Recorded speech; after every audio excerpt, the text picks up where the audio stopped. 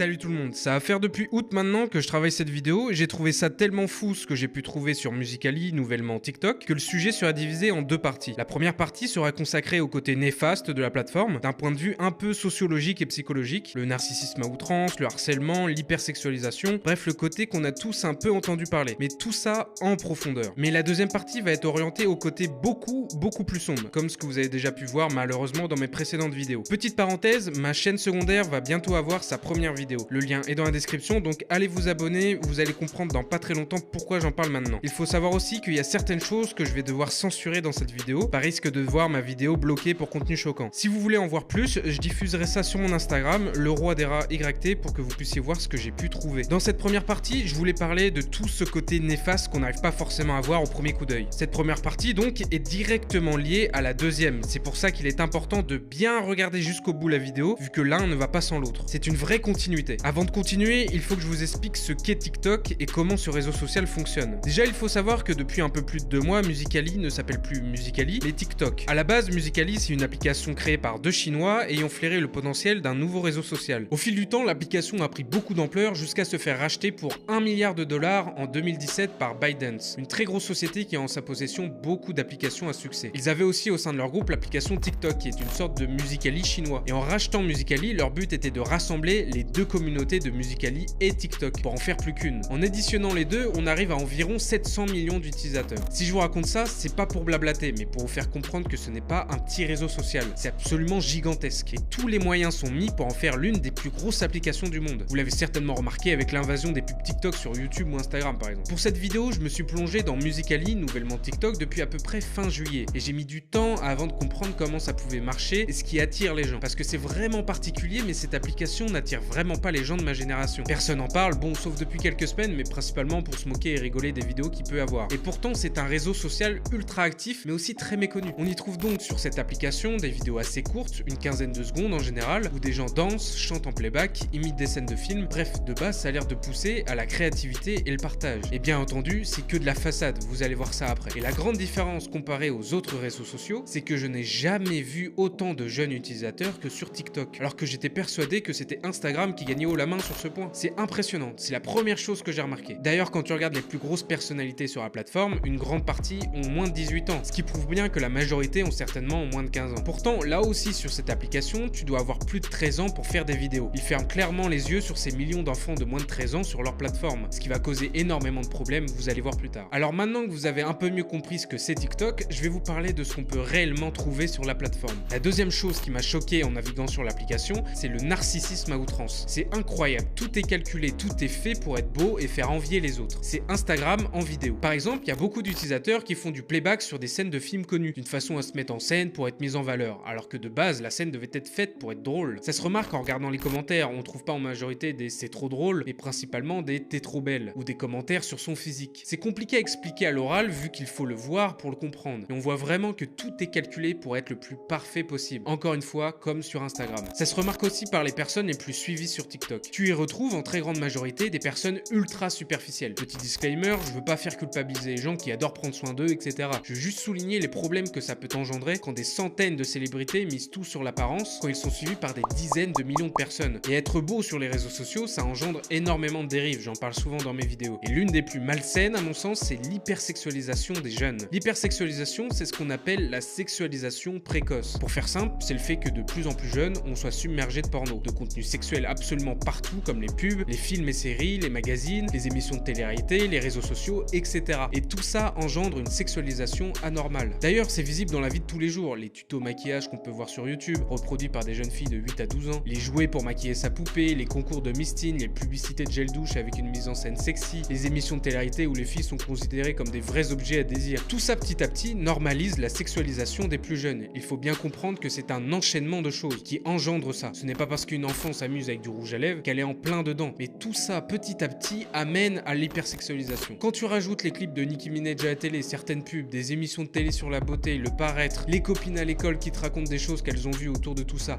sur des années, c'est destructeur, surtout dans la préadolescence où l'on se cherche. Et sur TikTok, c'est vraiment le plus gros problème que j'ai vu. Le nombre d'adolescents qui ont même pas l'âge d'aller au collège, qui font des vidéos en brassière, petite culotte, en twerkant, en faisant des danses sexy, danse du ventre, tout ça pour imiter celles qui ont des centaines de milliers de j'aime sur TikTok. TikTok, mais qui eux pour la plupart sont adultes et ont du recul sur la chose. C'est vraiment fou sur cette application, ça paraît irréel tellement il y a de contenu comme ça. Par exemple, une jeune utilisatrice célèbre sur TikTok du nom de Brianna qui est une enfant née en septembre 2005, donc qui a tout juste 13 ans. Petite piqûre de rappel, à 13 ans on rentre tout juste en 5e ou 6e. Et voici donc le contenu de son compte. Danse sexy, maquillage, coiffure, mini-shirt, crop top pour voir le nombril. Bref, je veux pas faire la personne fermée d'esprit, mais à mon sens c'est pas des choses que tu dois faire à cet âge. Surtout quand tu montes tout ça devant des millions de personnes. Il faut bien différencier l'enfant qui se maquille pour s'amuser, ou se déguise en princesse, et celles qui prennent l'apparence d'une jeune adulte de 20 ans. Et pourtant Brianna, ça fait plus de 2 ans qu'elle est sur TikTok. Donc quand elle avait 11 ans, elle était déjà en train de faire ce genre de choses. Elle comptabilise quasiment 2 millions d'abonnés, et tout ça à 13 ans. Pareil pour Danielle Cohn, l'une des personnalités les plus suivies sur TikTok, avec 11 millions d'abonnés. Elle a maintenant 14 ans et ça fait 2-3 ans qu'elle fait des vidéos sur TikTok. Elle est vivement critiquée pour ses vidéos que beaucoup de gens jugent inappropriées en général, mais encore plus vu son âge. Quand on voit à quel point elle a pu changer physiquement, c'est assez impressionnant. Les conséquences engendrées par des jeunes de plus en plus jeunes qui reproduisent des comportements de plus en plus adultes décomplexés, qu'ils peuvent voir dans des clips ou sur internet dans sa globalité, sont très difficilement visibles sur le court terme. Et c'est pour ça qu'en général, les gens ne s'alarment pas et pensent qu'on exagère parce que ce n'est pas immédiat. Pourtant, c'est destructeur pour la stabilité psychologique et sociale de ces jeunes. Et le problème avec toutes ces personnalités qui sont clairement sexualisées, c'est que ça normalise tout ça et chaque année on pousse la limite. C'est pour ça que je tombe maintenant sur énormément d'enfants qui imitent ces idoles. Ils veulent être comme eux, ils veulent être connus, qu'on les admire. Aussi jeunes, on est vachement en quête d'attention. Et surtout, on a très peu de recul. C'est pour ça que je tombe sur des TikTok d'enfants de 9 ans qui dansent, bombant le postérieur et montrant leur ventre, parce qu'ils reproduisent ce qu'ils peuvent voir. Quand ils voient des personnalités sur TikTok faisant ce genre de danse sexy, ayant des dizaines de milliers de likes, des milliers de commentaires le félicitant sur son physique, lui disant qu'elle est jolie, comment leur en vouloir d'espérer avoir la même attention et le même succès? Et quand tu compares leurs autres vidéos à ces jeunes, on voit que les likes sont plus importants quand ils font des danses de ce type. Logiquement, ça les tente encore plus de continuer de faire ça. Mais le sujet de l'hypersexualisation et de la sexualisation précoce mérite une vidéo entière parce qu'à mon sens, c'est un des plus gros fléaux invisibles de notre génération. Donc si ça vous intéresse, n'hésitez pas à me le dire. Pour être populaire sur TikTok, il faut être beau ou exceptionnel, voire les deux, et qu'on fasse envier les autres. Tout ça pour espérer se plaire à soi-même. Par là, je veux dire qu'il faut plaire physiquement, entre les différentes danses challenge qui exposent le corps toujours un peu plus, et les nombreux challenges comme le glow-up qui existe depuis déjà un moment, où le principe est de se mettre à son désavantage pour encore plus exposer son côté superficiel par la suite. Tout ça, c'est un vrai fléau. Je me répète, mais vraiment, tout est absolument calculé pour être le plus parfait et plaire le plus possible sur TikTok. Allez faire un tour sur l'application pendant 10 minutes, vous allez tout de suite comprendre ce que je veux dire. J'essaierai sur Instagram de vous montrer ça par la même occasion. J'ai remarqué aussi qu'il y avait énormément de harcèlement et de moqueries. Par exemple, il suffit que quelqu'un ait des dents un peu difformes pour se manger énormément d'insultes. Pareil si tu fais un TikTok un peu ridicule. Les commentaires ne vont pas tromper. Quand c'est des adultes, bon, c'est pas cool, mais je me fais pas de soucis pour eux. Et puis il faut l'avouer qu'il y a des vidéos très malaisantes et donc drôles. Par contre, quand il y a des très jeunes qui reçoivent des dizaines, voire des centaines de commentaires se moquant et les insultant, c'est tout de suite moins drôle. Je suis aussi tombé sur une vidéo d'une femme qui visiblement vient d'accoucher et son premier réflexe, c'est de faire une vidéo avec son enfant. TikTok, c'est un condensé de ce que tu peux trouver de pire dans la société. Les seules choses intéressantes sont beaucoup trop minoritaires. C'est de la danse, des effets de vidéo plutôt cool, et c'est vraiment une toute petite partie de l'application. L'algorithme de proposition de vidéos est assez impressionnant. On reste toujours dans le même genre de vidéo. Alors quand on est sur des filles qui font que de se montrer sexy, habillées court, on reste dans ce thème-là et ça va pas en s'améliorant. Encore une fois, tout ce que j'ai pu dire est vérifiable. Vous avez juste à installer cette application ou regarder sur mon Instagram et vous allez voir ce que j'ai pu voir. Mais maintenant, on va passer au côté beaucoup plus sombre de l'application. Un côté dont personne ne parle et pourtant il est bel et bien là. Et surtout dangereux. Je vous ai parlé dans cette première partie des jeunes filles qui dansent d'une manière sexy pour imiter certaines plus âgées avec beaucoup de followers qu'ils font devant des millions de personnes. Vous doutez bien de ce que j'ai pu trouver sur cette plateforme. Encore une fois, tout un réseau de pédophiles nichés sur TikTok. C'est simple de toute façon, à partir du moment où il y a une concentration de jeunes sur un réseau social, il y a forcément des gens avec un tout autre objectif derrière. C'est inévitable, surtout quand ce problème est tabou et très méconnu du public. La plateforme n'a pas cette pression par rapport à une protection à apporter aux utilisateurs. Et comme à chaque fois, quand tu trouves un de ces comptes, tu les trouves tous. Ils ne se cachent absolument pas. Ils sont trouvables très facilement. Dès qu'une fille assez jeune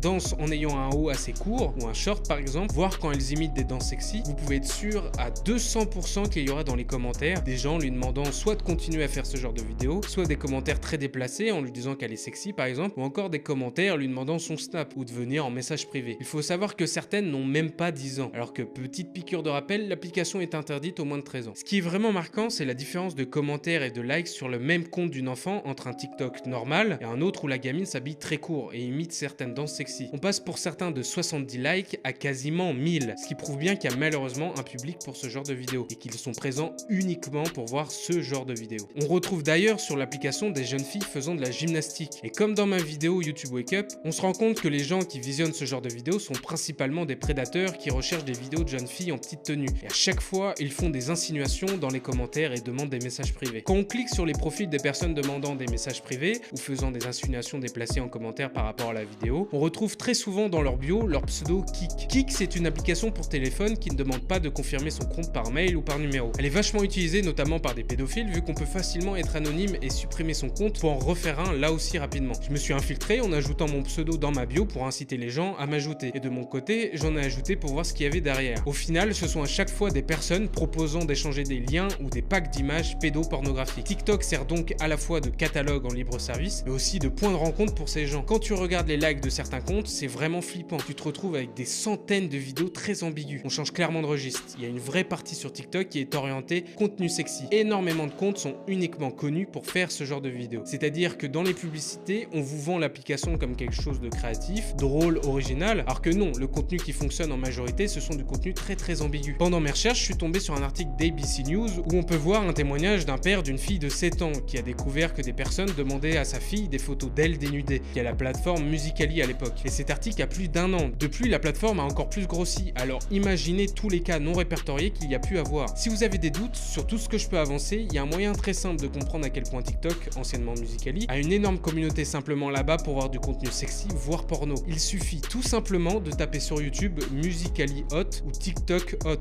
Vous allez avoir des milliers de résultats. On y retrouve des compilations des Musical.ly les plus sexy par exemple. Et il y a des dizaines de milliers de vues, voire des centaines pour certaines de ces compilations. Certaines stars de TikTok sont simplement et uniquement connues pour leurs vidéos à caractère sexy, comme celle-ci qui a seulement 16 ans. Je sais pas si vous avez bien compris, mais on parle en centaines et centaines de vidéos. Et au-delà de ces prédateurs qui regardent ces enfants, il y a toute une partie de TikTok remplie de vidéos à caractère sexuel. Des comptes ne s'en cachant même pas, en affichant moins de 18 dans leur bio par exemple. Quand tu cliques sur les likes des comptes likant et commentant ce genre de TikTok, tu te retrouves avec des pages et des pages de contenu comme ça qu'ils ont liké. Des centaines de vidéos, c'est sans fin. Et surtout accessible à absolument tout le monde. On se croirait sur un site pornographique. En voyant ça, on ne peut que comprendre qu'une partie des utilisateurs ne sont là et uniquement là que pour avoir leur dose de vidéos sexy. Une personne s'est aussi alertée par rapport aux nombreuses vidéos d'ados se mutilant sur la plateforme. Je veux vraiment vous faire comprendre que tout ce dont je vous ai parlé, ce n'est pas des niches introuvables sur TikTok. Ce sont des choses sur lesquelles tu tombes dès le début, notamment les vidéos sexualisées d'enfants et de femmes en général. À mon sens, même si ça reste que mon avis, TikTok c'est l'une des plateformes les plus nocives pour les jeunes. Mentalement pour les plus influençables, ça les amène à penser qu'il faut ressembler à ce qu'on peut voir sur cette plateforme pour être accepté des autres, être qualifié de personne cool et donc être populaire. Je le répète, mais je n'ai jamais vu autant de jeunes que sur TikTok, qui contrairement à beaucoup de plateformes sont acteurs de la plateforme. Ils postent beaucoup de contenu, même Instagram se fait battre. Je vous invite vraiment pour ceux ayant des enfants ou petits frères, petites sœurs entre 8 et 14 ans à surveiller s'ils ont TikTok d'installer, parce que depuis le rachat de Musical.ly, on est envahi de publicité pour TikTok. Il faudrait essayer de faire comprendre aux jeunes que ce qu'ils peuvent voir, c'est que des paillettes, ce n'est pas la réalité et qu'il ne faut pas nécessairement ressembler à ces personnes pour exister, parce que dans plusieurs années, j'ai vraiment peur de ce que ça pourrait donner vu tout ce que j'ai pu voir. N'hésitez pas à partager cette vidéo et en parler autour de vous pour alerter les plus jeunes. Merci beaucoup à ceux qui iront faire un tour sur mon profil Utip pour me financer gratuitement. Le lien est dans la description. On se dit à la prochaine. Faites-moi confiance, activez la cloche de notification parce que les prochaines vidéos vont être